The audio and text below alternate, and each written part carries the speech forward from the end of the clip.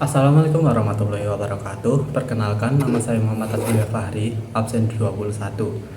Di sini saya akan mencoba mereview buku novel yang telah saya baca yang berjudul Summer Ghost yang ditulis oleh Otsuichi. Bukunya itu seperti ini. Untuk covernya menampilkan sang MC yaitu Tomoya dan juga Akane. Menurut saya covernya sendiri cukup bagus dan jumlah halamannya itu ada 104. Wis Marius. Bosen sih. Yes. Kala itu di Jepang ada sebuah urban legend tentang hantu yang muncul hanya saat musim panas. Maka disebutlah dengan hantu musim panas. Dan cara memanggilnya adalah dengan cara menyalakan kembang api. Kemudian di sebuah kafe terlihat 3 anak SMA yang sedang berbincang. Mereka adalah Tomoya, Ryo, dan Aoi. Mereka bukanlah teman dekat karena mereka hanya mengenal sebatas di internet. Mereka berkumpul karena ingin bertemu dengan sosok Summer Ghost.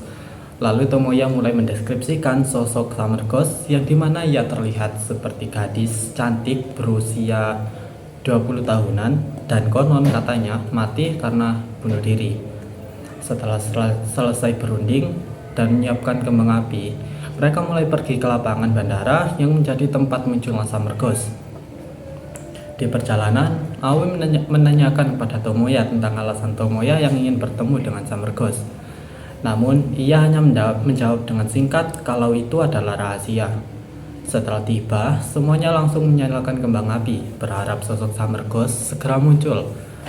Namun sayangnya hingga malam tiba, sang Summer Ghost tidak kunjung muncul. Sampai akhirnya setelah menyalakan kembang api terakhir, sosok Summer Ghost muncul di hadapan mereka.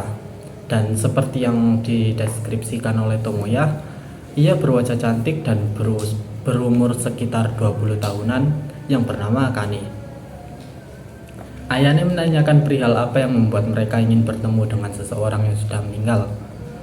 Aoi sedikit terkejut dan mulai mengingat kembali masa lalunya yang ternyata Aoi adalah korban bully saat SMA. Bahkan ia pernah berpikir untuk mencoba bunuh diri. Lalu Aoi menanyakan kepada Akane tentang kasta di kalangan hantu. Tentu saja Akane menjawab kalau hantu hanya sendiri. Mendengar jawaban tersebut, Aoi cukup bersyukur karena itulah yang diinginkannya, yaitu sendirian tanpa ada yang mengganggunya. Lalu Ayane berbisik kepada Aoi, mengatakan mengapa kau ingin mati, karena hanya orang yang ingin mati yang bisa bertemu dengan dirinya.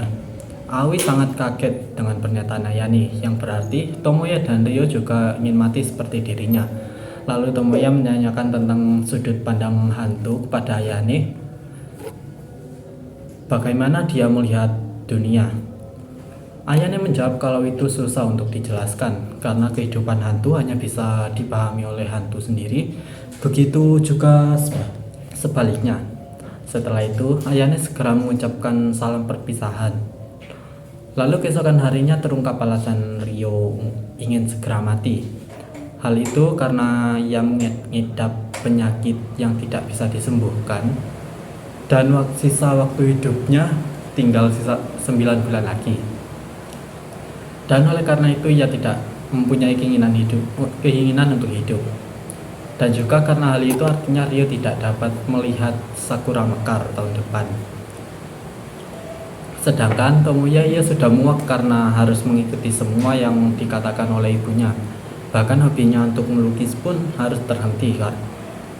Tomoya yang saat itu sedang berjalan-jalan mendapatkan notif chat dari Aoi mengatakan apakah hantu benar-benar ada.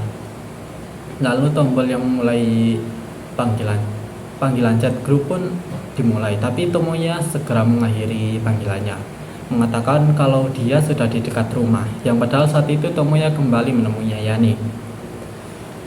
Ayane mengajak Tomoya terbang. Tomoya pun kebingungan atas apa yang dikatakan Ayane.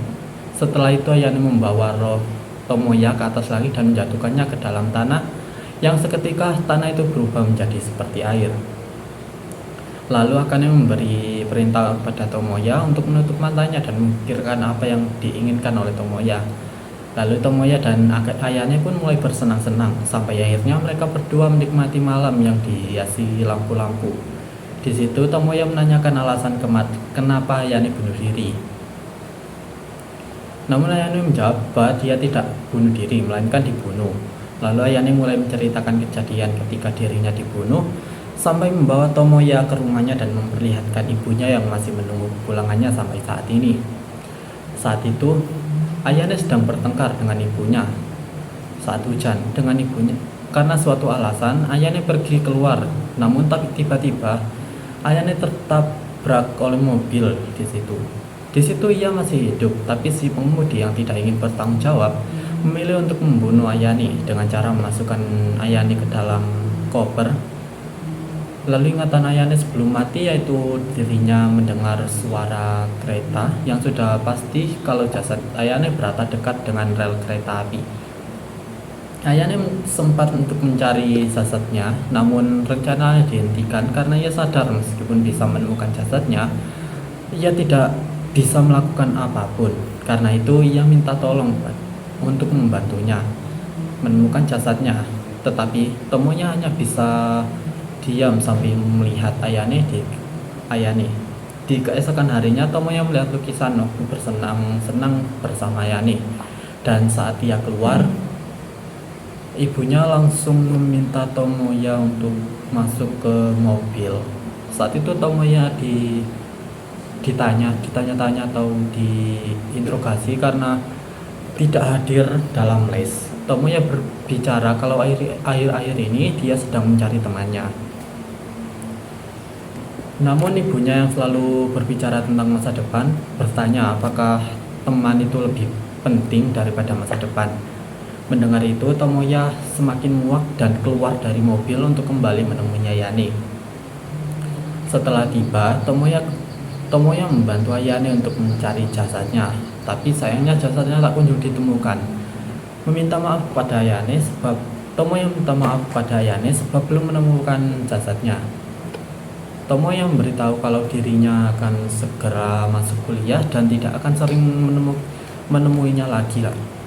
Ayane mengatakan untuk menghentikan pencarian jasadnya, tapi Tomoya yang sadar kalau waktu Ayane hanya tersisa sedikit lagi, Tomoya bertekad untuk terus mencari jasadnya hingga keesokan harinya. Tomoya, Ryo, dan Aoi berkumpul kembali di kafe. Tomoya mengajak mereka untuk membantu menemukan jasad Ayane. Sementara Ryo mengatakan tidak akan membantu orang yang mati akibat bunuh diri. Setelah itu, Tomoya menjelaskan kalau Ayane mati akibat kecelakaan. Tapi meskipun mendengar itu, Ryo tetap menolak dan membantunya. Lalu Aoi mengejar Ryo, sedangkan Tomoya kembali ke landasan untuk pesawat untuk menemukan jasad Ayane. Lalu Aoi yang mengejar Ryo berhenti di sebuah jembatan layang. Ryo meminta Aoi untuk meninggalkannya sambil menangis, mengatakan kalau hidupnya tidak akan tersisa lama lagi. Ia merasa kalau sendirian adalah hal yang terbaik. Lalu Ryo mengatakan kenapa hidupnya tidak berjalan semulus orang lain. Setelah itu, Aoi mendekati Ryo dan mencoba menenangkannya. Aoi menceritakan tentang kisah hidupnya yang sering dibully sampai-sampai dirinya juga tidak tahu apa artinya untuk hidup. Karena itulah Aoi mencari hantu untuk mencari jawaban. Aoi juga berbicara kalau Tomoya juga mempunyai masalahnya sendiri. Dia yakin ada makna tersembunyi di balik pertemuan mereka. Setelah itu, Shin berpindah kepada Tomoya yang sudah kehabisan kembang api. Dan tiba-tiba Ryo dan Aoi datang dengan membawa kembang api. Lalu mereka mulai menjelajahi sekitar dengan metode apapun. Setelah beberapa saat, Aoi menghampiri Ayane dan Tomoya, mengatakan kalau kopernya sudah ditemukan. Lalu Ayane menyentuh koper tersebut dan ternyata itu benar adalah tubuh Ayane. Akhirnya Ayane bersyukur karena sekarang ibunya akan bisa tenang. Tomoya menanyakan pada Ayane apakah ia akan menghilang setelah jasadnya ditemukan. Ayane menjawab dengan tersenyum kalau itu sangatlah mungkin. Aoi, Ryo, dan Tomoya segera ke tempat koper Ayane berada dan melompat dari pagar dan langsung menggali tanah setelah koper itu menggali tanah. Setelah koper itu ditemukan, Tomoya hendak menyentuh koper tersebut, namun tiba-tiba saja rohnya kembali masuk ke dunia lain. Aoi yang melihat Tomoya terdiam mematung mencoba untuk memanggil Tomoya, tetapi Tomoya tetap diam. Tomoya diajak Ayane untuk meninggalkan dunia nyata. Saat itu Tomoya hendak menggapai tangan Akane. Namun Tomoya yang mendengar suara Aoi dan Ryo membuat Tomoya sadar dan berniat kembali keluar dari tempat tersebut. Tetapi Tomoya terus terpental. Ayane meminta alasan kenapa Tomoya ingin kembali ke dunia yang penuh dengan penderitaan itu. Tomoya tahu bahwa dunia itu penuh dengan penderitaan, tapi kehidupannya masih belum berakhir. Setelah itu Tomoya juga mengatakan yang di depannya bukanlah Ayane, namun dirinya yang mencari alasan untuk segera mati. Lalu bayangan itu menghilang dan Tomoya kembali ke dunia nyata. Setelah melihat jasad Ayane, Tomoya mulai menangis. Setelah itu, keesokan harinya Tomoya mengirim kalung Ayane kepada ibu Ayane. Lalu sampai berbagai musim kemudian, mereka sekali lagi melakukan pemanggilan Summer Ghost menggunakan kembang api. Tapi yang mereka panggil sekarang adalah Ryo, karena Ryo telah meninggal. Ryo berkata bahwa ia sangat bersyukur dengan kehidupannya karena bisa bertemu dengan Tomoya dan Aoi. Ia bisa mengatakan apa yang dikatakan dokter. Dia bisa melihat sakura mekar. Setelah itu keesokan harinya Tomoya menceritakan kehidupannya pada ibunya yang sekarang ia lebih bisa mengekspresikan keinginannya dan bertekad untuk menjalani kehidupan yang sesuai dengan apa yang diinginkannya. Sementara sekarang Aoi berani melawan orang-orang yang bulinya dan kehidupannya pun menjadi lebih baik. Wes mari. Sekian, wes. Kurang kelebihan. Sekian. Menurut saya kelebihannya adalah penggambaran perasaan Tomoya, Ryo dan Aoi dan Akane tentang kehidupan dan kematian. Lalu bagaimana mereka pasrahkan kehidupan lalu bangkit kembali. Lalu untuk kekurangannya sendiri untuk novelnya cukup banyak plot hole, seperti bagaimana kelanjutan dari Ibu Ayane yang telah mendapatkan kembali kalung Ayane dan sebagainya. Hidup memang tidak sesuai dengan apa yang kita inginkan. Kita pasti pernah berpikir kenapa dunia tidak pernah berpihak pada kita.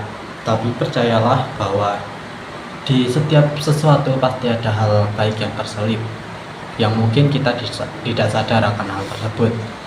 Jadi jalanilah hidupmu meski itu sangat terasa berat, karena hidup sebenarnya sederhana. Namun kitalah yang membuatnya terlihat cukup sulit.